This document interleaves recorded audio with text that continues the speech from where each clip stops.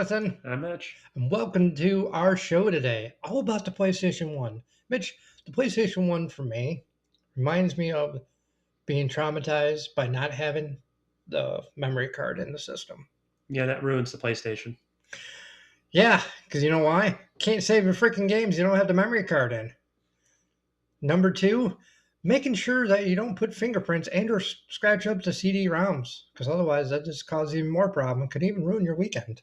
Well, why are you touching the disc so much? I never touched this. Thank you very much. Probably my family members did, but I did not. And no, you do not have any proof that I did or didn't. Well, let's go crack open a few of your discs over there and find My out. discs are fine. Thank you. They're dirty. How would you know? I'm assuming. See, you're making an ass out of you and me. So Yeah, stop mostly it. you. Ah. And tank controls cause nightmares probably for about 95% of the gamers, if not more. Well, that's your fault, not mine. If you stay for the whole entire episode, you'll find out what I mean by the tank controls causing nightmares. So let's boot up this episode and let Mitch kick it off. Okay. Mitch, What? what's the first game you played? Spyro the Dragon. Spyro the Dragon. You know what that reminds me of? Mario 64. No. A dragon causing arson. Right? That was the whole premise of the game. That's what, see, that's very descriptive for me. Yeah. Big, purple, dragon, arson. Yes. Now you go around, collect all the gems, save the dragons. It's all fun. Yeah, it was. I'm not saying it wasn't fun. I enjoyed the game. I thought it was very colorful, very Yeah. bright. Bright fantasy world. Lots to do in it. Well, not really the first one. It's, well, basically do the same thing in every level. Spyro 2 is where they really flex their creative muscles and put all the mini games in. Flex their creative muscles. I like that. Well, you have a lot more fun in 2 than 1 just because it's a lot easier. Worlds are a little smaller in the second one, but it's to the benefit of having the mini games in there too. All right. Third one, they went the opposite direction and went huge on the number of mini games and the size of the worlds, which can play 2 and against it. Now, they make the world like super huge or just huge? Huger than 2, but not to the same problem that like Donkey Kong Country 64 is. So they didn't go this big, which is like DK64, Yeah. but kind of like that. Well, it's kind of like the improvement from Banjo Kazooie to Tooie. Okay. Worlds are bigger, but it felt necessary. Right, and that's what you want in games. And that when they do sequels and that, they want to make sure that they're better than the first one. Yeah, but there's a limit to how big you want to go versus how much more you want to do. Right, that's definitely true. I mean, it's just like with Crash Bandicoot. I mean, that game just reminds me of totally missing one of the jumps and getting frustrated not getting over that jump. Yeah, it reminds me of Sonic the Hedgehog games. Except you don't go lip to lip and collect rings. No, but you're doing the run left to right and as fast as you can. Right, but I mean, it's both those games that you described is bringing in the 3D gaming.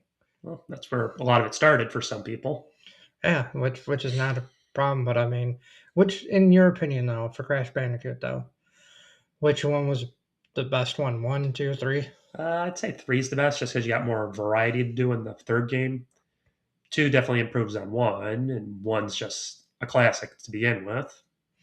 Yeah, can't go wrong with classics on that. And for me though, talking about PS1 games, is Silent Hill. Was it silent? Was there a hill? Anywho, sorry about that, folks. He thinks he's funny. He's about as funny as my hairline. Well, you need to tell me. I haven't played Silent Hill. I'm about to get there. You don't still have to be a smartass all the time. It's my job. Is it? Is it in your job description? Yes. Damn loopholes. Anywho, no, it's just it really pushed the PS1 limitations when they had to use the fog to cover up the PS1 limitations. Well, a lot of games did similar stuff.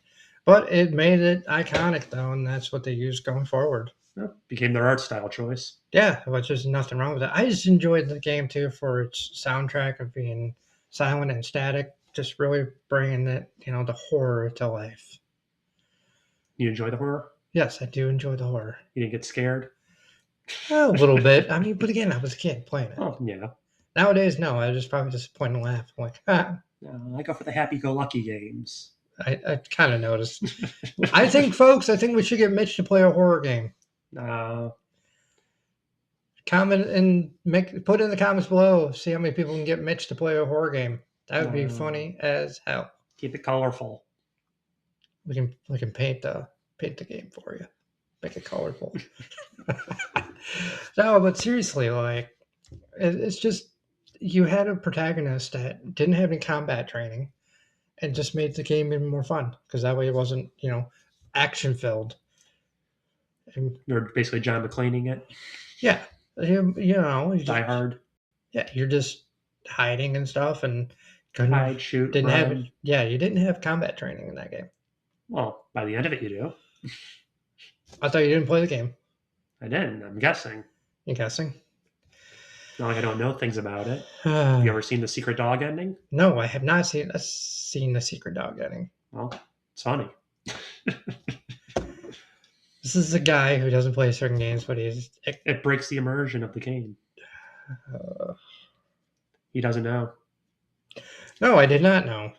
I'm just going with this because this is a guy who hasn't played a lot of these games, but yet knows everything about the games. Well, I'm on the internet. And you believed everything on the internet? No, I just believe the footage I've seen. Okay. Fair enough. I'll give you that one. I don't see reviews or any of that for any of that stuff. Just shaking my head. Because I shake my head. But yeah, that's just, and then another game that really comes to my mind, though, is talking about Final Fantasy VII. Right? 7th version of the game. No, really? I thought it was like the 15th version. Of course, just when I said Final Fantasy VII, it means the 7th game. Right. It's the most popular of all of them. Yes, and it really brought the JRPG to the forefront. The forefront, not the full front. You know what I mean. No, there's a full front in that game. The sword goes right through it. This guy's going to give me a migraine by the end of the day. It's his own fault. My own fault. You're just derailing me, and I'm trying to get back on topic here. Well, keep talking. That's what I'm trying to do. But what I'm trying to say is that, it just really pushed the console's limit, and it had the game on 3 discs, so you had to switch out the discs. Well, it's that huge. Nowadays, you don't have that kind of limitation. No, but it was iconic for what it was, and everything really made the game colorful. No, it's one of those all-time games.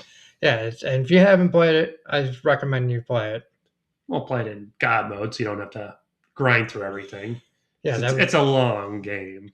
Yeah, and we're not breaking down the game. If you want us to break down the game, to let us know in the comments below, and we'll do that on a future episode. That'll take 20 episodes to produce. How would you know it would take 20? I don't know. I'm guessing. There you go, guessing again. Could hurt that brain of yours. And I'm probably right. Mitch, give me another game here before I throw something at you. All right. How about Ape Escape? What about it? One of the first games that used the DualShock. Ah, yes. And most PlayStation didn't come with a DualShock, so you had to buy it. No. It didn't. And that's what the original PlayStation controller looked like. Look at that, Mitch. Yeah. You wish you had one of these cups. No. I just had, when you talked about the DualShock controller, I was showing what the original looked like. Yeah, well, it was innovative for what you did with it. Yes. That was basically another Mario 64 clone. Run around the level, collect all the monkeys. It just makes me think that all these different companies copied Nintendo. Well, they do that a lot. But, I mean, that was the most popular thing at the time was Mario 64. Well, if you're going to steal from the best. Exactly. Which, out of all the Ape Escapes, which one was the best one? Well, for the PlayStation 1. I'd say 3's the best, but I haven't played it in forever. Why not? Just haven't. They don't re-release it, and I don't have a current PlayStation to play on PSN or anything. Well, that's why you go on Amazon and order one. That costs money. Man, don't get me started on that. Tell me another game, dude. We've got Pac-Man World, Pac-Man World. another platformer. Plays Pac-Man. That's very descriptive, Mitch. That's a lot of fun. The only cryptic thing in the game is trying to find the key fruits. Key fruits. Yeah, the fruits that are keys. Well, you need them to save your family. Right. It's very traumatic opening cutscene with the family. How they all get kidnapped. Okay. You'll be Fair enough. traumatized if you watch it. I'm already traumatized with the PS1. Don't need any more traumatization with it. Well, it's more story than Pac-Man's ever had in any game. Yeah, most games are this. Eat the Waka ghost, waka waka waka. waka waka waka waka. Yes. No, what I'm talking about is a sidebar here with the traumatization of the PS1 is that, you never knew if the disc was going to work or not. You had like a 50-50 chance of it. Is it going to read right? Is it not? Is it going to short out the system? Is it not? You must have a pretty sucky PlayStation then. Mine never broke. That's because I had to share with like four other people. Well, whose fault's that? And we all had our different games. It's not my fault. I didn't buy this thing. It was my dad. He had his games, we had ours. But, that's why I mentioned earlier, just want to drop an elbow on the freaking system. Well, then you wouldn't have one. Yeah, well, at least it would work. No, but it's just when I'm talking about traumatization, I'm being over dramatic about it. But the PS1 to me, it's like I said, it is very iconic because you got to play a lot of iconic games such as you talked about with Spyro, Crash, all that good stuff. But for me, a lot of it, yeah, I did play sports games on there. Don't worry, I'm not going to tyrant of all sports games here and make everybody go and get their snacks, take a drink, and go to the bathroom. This is not one of those segments. But if you need to get snacks and that, go for it. You keep losing the audience every time you talk about that. That's the whole joke. Thank you for ruining it. No, it's the truth. It's not a joke. No, I was just going to say it was just revolutionary bringing 2D sprites on a 3D world. It took a while, but hey, they did it. Well, they iterated every generation with it. Yes. See, there you go. Sports segment over. All right, everyone can come back now. Mm-hmm.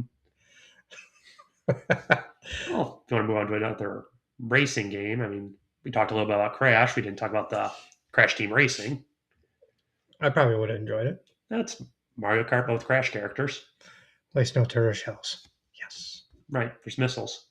That's even worse. I think I'd rather deal with the turtle shells. Never mind. No, but it's like they make good use of the Crash world for doing all of it. You have an adventure mode with it, which Mario Kart didn't have, but it was more or less you just drove around to the next course. There wasn't really much to do in the adventure world. But it makes it seem like it's more connected. Well, I was just going to say, as a kid, it made it feel like, you're going on to something bigger and better. Well, yeah, you felt like you were going on a whole adventure with it. Yeah, that's what these games were all about. I mean, another racing game I had there was Jet Moto, which is basically jet skis that fly. So that was a lot of fun. I don't think I could. I mean, I probably would enjoy that game, but, picture myself being on jet skis probably would not be the greatest thing in the world. Well, if you ever played like a Star Wars Pod Racer, it's the same idea, basically. Just it's a single engine. Yeah, it sounds exciting. Yeah, it was one of those cheap games where you didn't know what you were getting, but it was fun for what it was. Yeah, there's nothing wrong with that because a lot of games on there for what they were a lot of fun. Nowadays, you kind of look back and go, "Ooh, did I play that?" Well, it's not so much that kind of sentiment. It's like you got this, and then you see any of the shovelware from today, and the shovelware all is like cash grab sucks. Yeah, well, we'll talk about modern gaming when we get there, and trust me, we're going to be trashing a lot of it. But another game that just brings enjoyment for me / traumatization is Resident Evil with the tank controls. You hate the tank? You don't drive a tank in that game. Why is it every time I talk about tank controls? Well, you're treating your character like a tank here. Oh, fair point. Okay, never mind. I take that back. No, it reminds me of taking a shopping cart, putting a refrigerator in there, and going through the battle zone. That's what it felt like. Well, adapt or die. It's just you basically just walk in the corner and then you're trying to turn your character around. You have to back up, turn around, and go through. And before you know it, there's a zombie right there and you're dead. And you're just like, what the hell? Well, plan your route better. Well, it was a claustrophobic type of atmosphere, dude. It didn't have that good of cameras. It was a fixed camera. Yeah. You know, it didn't have words nowadays where it's just a lot easier. The camera's behind you. No. You know, and then it's just, the mansion, though, is just an absolute nightmare. Oh, yes. Sorry, You're drifting off camera there. I'm drifting off camera because I'm getting into my story. Excuse me. Yeah, you're gonna keep drifting, then we'll be just a disembodied voice. Tell everybody the zombies got him. Ah! Okay, we're good. No, I'm just saying though. That's why that game was just traumatizing. Not because it was scary or anything, but it's just because the damn tank controls. You just got Well, frustrated and you just wanted to throw there's the a sense of controller. dread throughout the game, trying to manage everything. Yeah, I mean, don't get me wrong. You got to play as two cool characters of Chris Redfield and Joe Valentine. Mm-hmm. You know, it had puzzles and that, which were a lot of fun. But again, it was just those controls. And it probably would have been a hell of a lot better if you had the DualShock controllers and be like, okay, now we can do things a lot better. But no, they had to make it with the regular controller. They didn't have the DualShock controller yet. Well, it wasn't mass marketed yet. Damn PlayStation. Well, they had to add the stick at some point. Yeah, well, they should have done it for that game. I definitely would It have would have preferred helped. it. Yeah, I would have. I wouldn't have to like almost want to drop kick the damn thing. Well, yeah, but would the game have been as iconic without it? God. Fair point. That's a feature in the Resident Evil games, not a bug. Well, yeah, I know it's a feature, but I'm just saying it was difficult. I mean, the game was fun. Do not get me wrong. You know, don't give me hate comments like, "Oh, you just sucked at game." Maybe I did, maybe I didn't. Well, yeah, but they also did a lot to remix the game because there's multiple different ways they've remixed it where they put the puzzles in different spots or move key items around. Right. I mean, it's But almost like a Metroidvania, that one. yeah.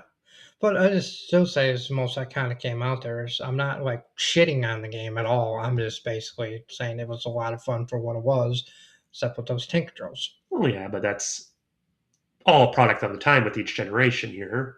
It's all fun for that time period. Yeah, going back now, you just want to throw the damn controller out the window. Yeah. Well, there you want to mod in the monitor controls yourself.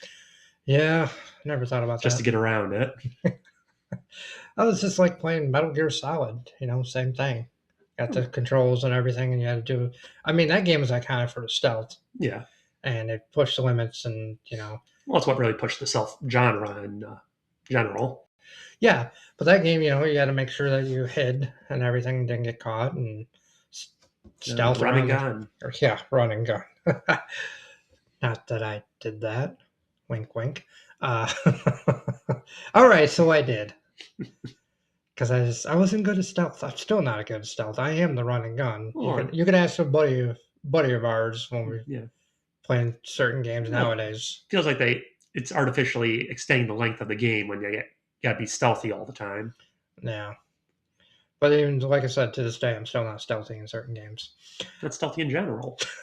No, I'm not.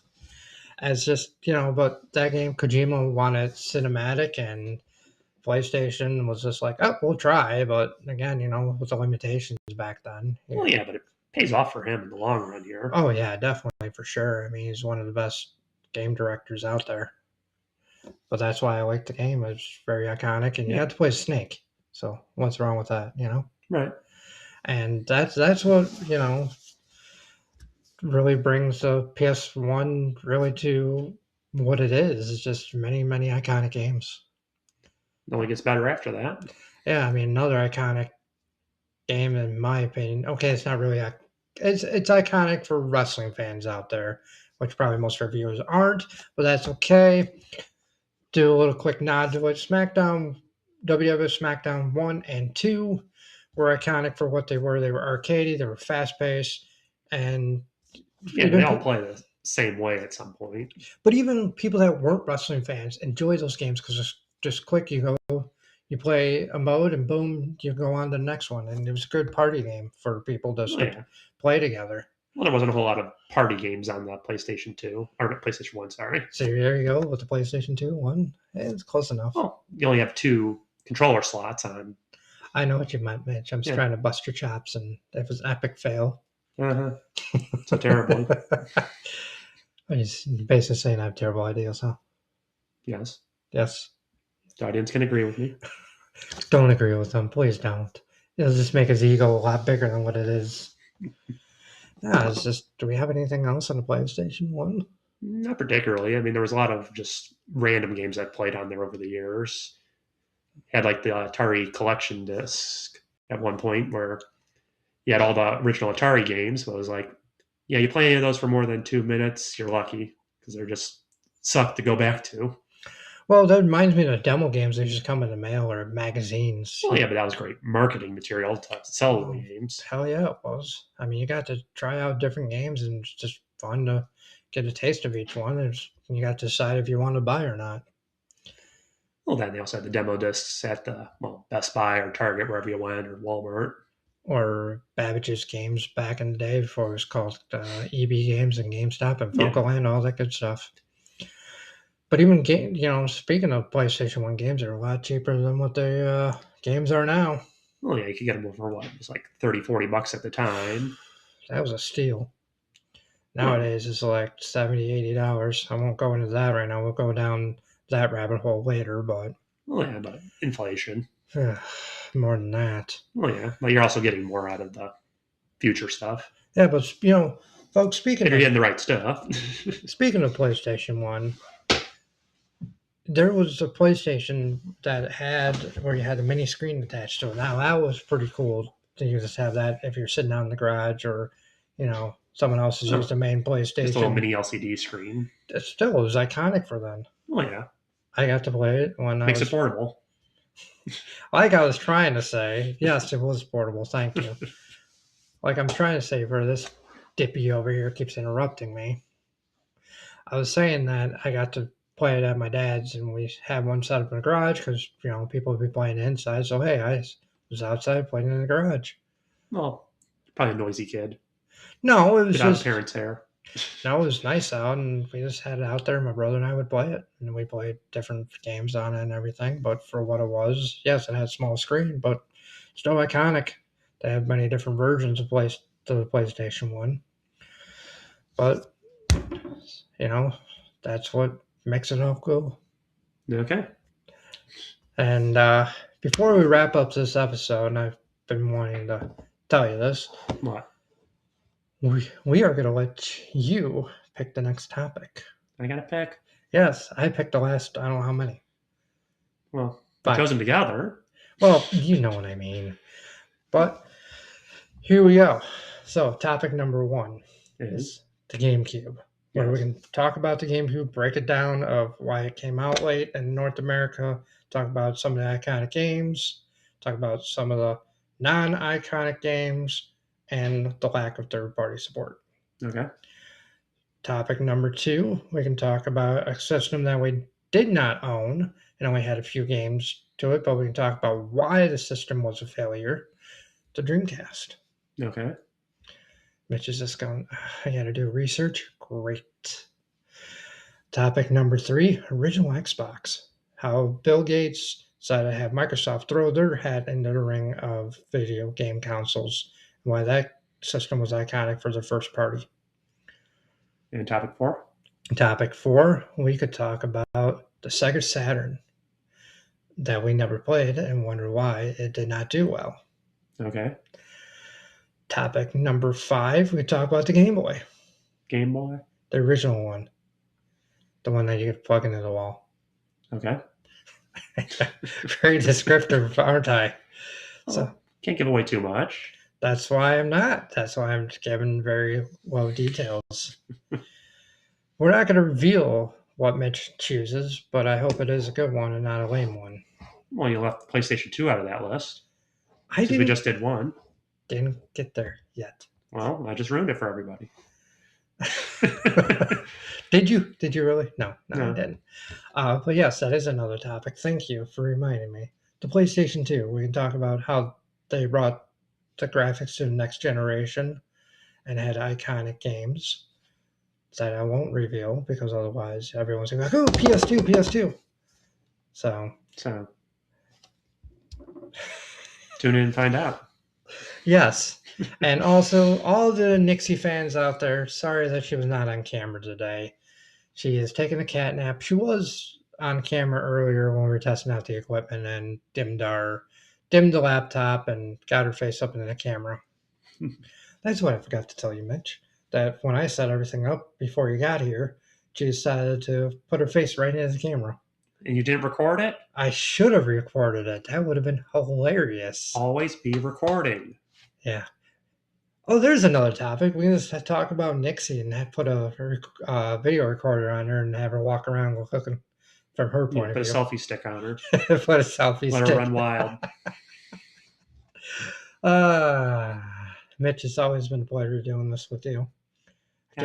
Can't believe we got through 5 episodes. Only 5? Only 5. Only a million more to go? Yeah, you're in it for the long runs in the contract. Can't leave. Oh, no. And folks, do not believe him. He is not here against his will. He's signed up for this. He knows what he got himself into. Until then, I'm Jonathan. I'm Mitch. We'll see you guys next time. Keep on gaming. Thanks for watching.